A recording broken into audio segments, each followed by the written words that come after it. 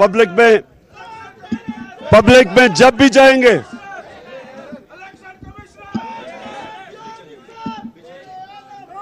उससे कहा वो जनरेटर चलाए। जैसे ही ये पब्लिक के अंदर जाएंगे वो कौन से दो नारे सुनेंगे? ये चोर और दूसरा गद्दार इलेक्शन कैंपेन। तो लिहाजा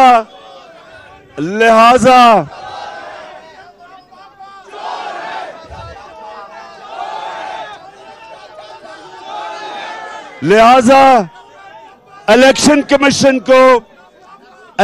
कमीशन को साथ मिला के अब ये धांधली करके कोशिश कर रहे हैं कि ये इलेक्शन जीतेंगे।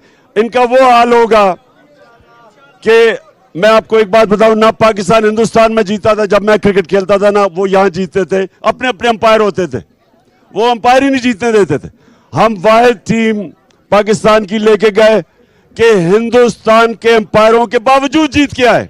अब इनको भी इंशाल्लाह हराएंगे इलेक्शन कमीशन के बावजूद।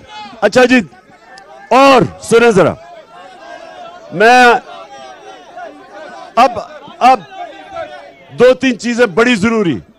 गवर्नमेंट, ये कभी नहीं हुआ कि गवर्नमेंट जो बड़े मुश्किलों से एक बैंकक्रप्ट इकोनॉमी लेके फिर कोरोना के बावजूद मुल्क को उठा के 5.6% तीसरे साल और 6% इकोनॉमी ग्रो कर रही है चौथे साल। ये कभी नहीं हुआ कि उस गवर्नमेंट को जो मुल्क संभाल चुकी थी उसको गिरा के इन चोरों को ऊपर लाओ। और वो जो चोर जब से ऊपर आए हैं इंपोर्टेड बाहर के एजेंडा लेके, आप जरा हालात देखें। सबसे पहले तो महंगाई का देखें कि मैंने पाकिस्तान की तारीख में कभी ऐसी महंगाई नहीं देखी। कभी ऐसी महंगाई नहीं देखी। कभी भी पेट्रोल, डीजल, बिजली, गैस कभी ऐसे नहीं बढ़ी। माइशत, हमारी रेटिंग जो इंटरनेशनल इदारे रेट करते हैं, मूडीज, वो माइनस में चली गई है, अनस्टेबल पे। इसका मतलब कर्जे नहीं लिए जाएंगे। और सबसे खौफनाक चीज ये जरा सुने, वापडा जो बॉन्ड फ्लोट करती थी, जिसके ऊपर वो कर्जे ले रही थी, डैम्स बना रहे थे जो हम, जब से इन्होंने जनरल मुजम्मल को, ये शहबाज शरीफ ने उसको जब रिजाइन करवाया, तो ये जरा सुने, अब वापडा की रेटिंग माइनस में चली गई है। इसका मतलब कि वापडा को अब कर्जे नहीं मिलेंगे। इसका मतलब कि जो हमने इस मुल्क में 50 साल के बाद डैम बन रही थी, इस मुल्क में पानी का सख्त मसला बना हुआ है। इस वक्त किसानों का सबसे बड़ा मसला पानी का है। डैम्स बना रहे थे पानी रोकने के लिए, रिजर्वॉयर्स बनाने के लिए। अब जब से ये इंपोर्टेड हुकूमत आई है, हमारा जो क्रेडिट रेटिंग वापडा की वो नीचे चली गई है। इसका मतलब अब कर्जे नहीं मिलेंगे। इससे सबसे खौफनाक चीज आ गई है कि डैम्स के लिए जब कर्जे नहीं मिलेंगे वो रुक जाएंगी।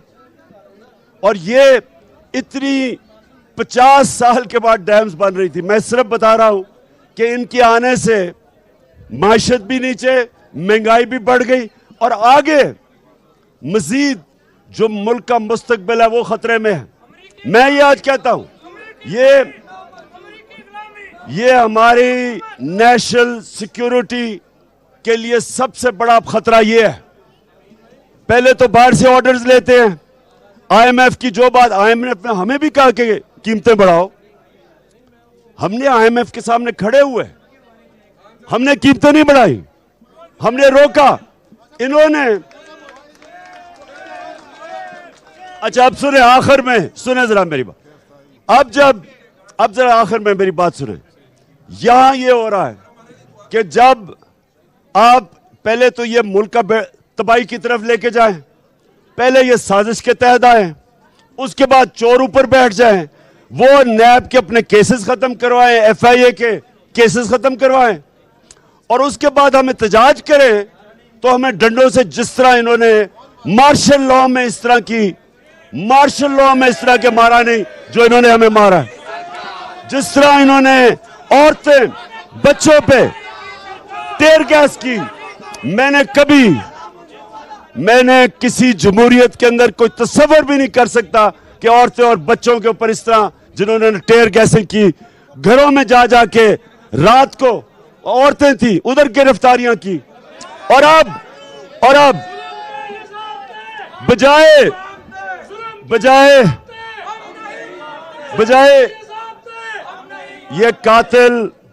ये जो कातिल इंटीरियर मिनिस्टर और ये जो सबसे ज्यादा पुलिस मुकाबले में इसके ऊपर ह्यूमन राइट्स की रिपोर्ट है शहबाज शरीफ के, बजाय इनके ऊपर एक्शन लेने के हम सब के ऊपर इन्होंने एफआईआर काटी है। और इनकी कोशिश, ये सुन ले जरा, बुकले आपके लिए इंपॉर्टेंट है, इनकी कोशिश ये है कि इमरान खान को किसी तरह किसी केस में बंद करो ताकि ये सारी तहरीक रह जाए। मैं आपको ये कह रहा हूं, आप सब ने तैयार रहना, सब तैयार रहे। हमने किसी सूरत अपनी हकीकी आजादी की तहरीक, चाहे ये जेलों में डालें या जो मर्जी करें, ये अब तहरीक खत्म नहीं होगी जब तक साफ और शफाफ इलेक्शन की अनाउंसमेंट नहीं होती। आप जरा बताएं, तैयार हैं आप सारे इस तहरीक के लिए? इंशाअल्लाह पाकिस्तान जिंदाबाद।